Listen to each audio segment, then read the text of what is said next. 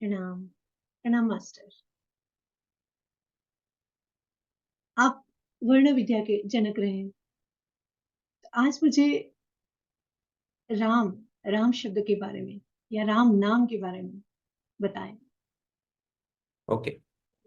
देखिए, अगर हमें वर्ण विद्या के अनुसार राम को समझना है तो हमें जो हम र लिखते हैं हिंदी में, ठीक है, यहाँ उसको देवनागरी में, जो हम देवनागरी में र अक्षर लिखते हैं, तो अगर आप र अक्षर को देखेंगे तो आपको वहीं से राम का समझ आ जाएगा। सो र अक्षर जो है वो एक कॉइल की तरह है, ठीक है, एक कॉइल है। सो कॉइल का जो अर्थ होता है उसका होता है परिवर्तन, ठीक है, वो एक चीज का दूसरी चीज में परिवर्तन दिखाता है, तो वह एक तत्व का दूसरे तत्व में परिवर्तन को दर्शाता है र। तो अगर आप देखेंगे इंग्लिश का लेटर आर, अल्फाबेट आर, वो भी हमारे हिंदी के या देवनागरी के र जैसा ही है, ठीक है। सो दोनों एक ही जैसे दिखते हैं, दोनों लिखने में भी एक जैसे हैं और दिखने में भी एक जैसे हैं। सो अब हम शब्द बोल रहे हैं रा, ठीक है। सो र मतलब एक से दूसरे तत्वों में परिवर्तन, और उसके साथ दूसरा अक्षर लग जाता है आ। आकार मतलब होता है आना, ठीक है। आ हम किसको बोलते हैं? आ मतलब आना।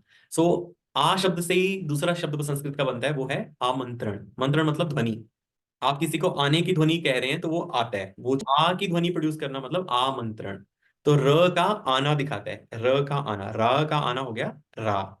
तो म का मतलब है, म मतलब किसी भी मैटर में, किसी भी मटेरियल में, ठीक है, किसी भी मटेरियल में म का आना, किसी भी मटेरियल में रा का आना, परिवर्तित हो जाना, र आ म, ठीक है। सो इसी तरह से इंग्लिश में भी एक वर्ड है रा, ठीक है। उस रा का एक्चुअल जो मीनिंग है वो है सोल। सोल मतलब आत्मा।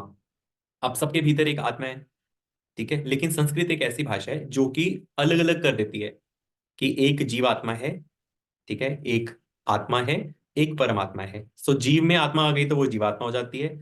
अकेले आत्मा की भी आप बात कर सकते हैं, आत्मा के परम रूप की, परम स्वरूप की भी आप बात कर सकते हैं, जिसको कहते हैं परम आत्मा। इकट्ठा बोलेंगे तो परमात्मा, ठीक है। सो रा शब्द का मीनिंग हुआ परम आत्मा। रा का मतलब हुआ परम आत्मा, रा का मतलब हुआ इंग्लिश में सोल। साउंड हिंदी में बोले या इंग्लिश में बोले वो साउंड ही रहती है, ध्वनि ध्वनि ही रहती है, चाहे आप इंग्लिश में बोले चाहे आप हिंदी में बोले। रा को आप हिंदी में भी राय बोलेंगे, इंग्लिश में भी राय बोलेंगे, संस्कृत में भी राय बोलेंगे, किसी भी भाषा में राय बोलेंगे। तो इसी तरह से रा मतलब परमात्मा, इसलिए रा मतलब परम आत्मा। रा मतलब इंग्लिश में सोल। सोल मतलब सूर्य, ठीक है। आत्मा कारक जो पृथ्वी पर प्रत्यक्ष आत्म कारक है वो है सूर्य, ठीक है। सो सूर्य को ही इंग्लिश में रा कहा जाता है, इंग्लिश में सूर्य को रा कहते हैं। रा मतलब परमात्मा, परमात्मा मतलब सोल। अगर अब आत्मा बोलना हो तो उसको आप इंग्लिश में बोलेंगे स्पिरिट, ठीक है। अब जो स्पिरिट बीइंग्स हैं उनके अंदर स्पिरिट है, लेकिन वो अभी सोल नहीं हुई है, ठीक है। सो राम का मतलब हुआ वो जो परम आत्मा रूप में धरती पर आ गए। सो राम का अर्थ हुआ परम आत्मा का धरती पर आ जाना, ठीक है। म मतलब पार्थिव तत्व, मैटर, मटीरियल, भूमि तत्व, ठीक है। सो जो भूमि तत्व में परम आत्मा स्वरूप में आ गया है वो राम है। सो इसी तरह से जो आगे पहले राम थे वो भी परमात्मा थे, इसलिए उनको राम कहा गया, उनका नाम ही राम रखा गया।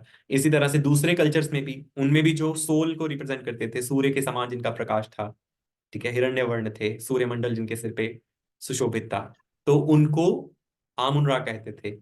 इजिप्शियन गॉड, उसका नाम भी आमुन रा है। सो उनके नाम के पीछे भी रा, सो रा, आमुन रा, राम, सोल, परम आत्मा, ये सब एक ही रा के ही पर्यायवाची है। सो वो है राम। बहुत सुंदर, बहुत सुंदर। धन्यवाद आपका ये प्रकाश डालने के लिए, क्योंकि राम कोई आकार या ऐसा नहीं लगता है मुझे भी, इसलिए मैंने पूछा। इसी राम का, सोल आत्मा, परम आत्मा का गुरबाणी में भी बहुत बार आता है वर्णन, लेकिन वो राम ये वाले राम नहीं, वो राम मतलब परम आत्मा, सोल, क्योंकि सोल मतलब सूर्य समान। सो सूर्य समान जिसकी आत्मा हो गई है उसके, उस राम का, सो उस राम का वर्णन कई जगह आता है, उस राम का वर्णन कई कल्चर्स में आता है, चाहे वो वैदिक सनातन का कल्चर है, चाहे वो गुरबाणी में आता है, चाहे वो इजिप्शियंस का कल्चर है, तो उसका कई नामों से राम का वर्णन आता है, ठीक है। सो ये वो राम है, ना कि त्रेता वाले एक ही राम, शब्द सेम है। तो क्योंकि एक ही व्यक्ति को कई नामों से पुकारा जा सकता है, लेकिन वो व्यक्ति नहीं बदल जाता। सो परमात्मा को कई नामों से पुकारा जा सकता है। आप उसको आमुन-रा भी कह सकते हैं, आप उसको राम भी कह सकते हैं, आप उसको परमात्मा भी कह सकते हैं।